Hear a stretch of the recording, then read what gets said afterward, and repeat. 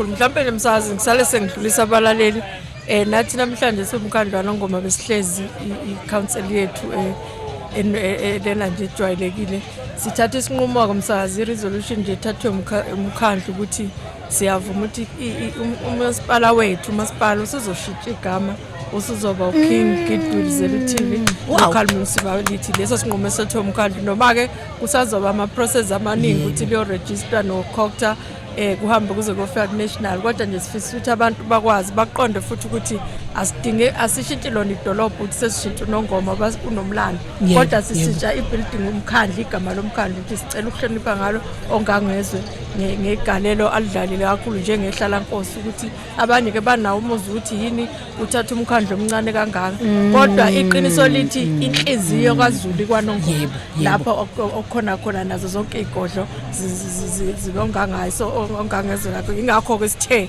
thina njengomkhandla sisithathe leso sinqumo sisiphasisiwe ke namhlanje sekuba ukuthi nje maqhubeka ke phambili ke ulandela ama processes nelogo yomkhandla yashintsha yaba nesithombe sakhe bayedwa.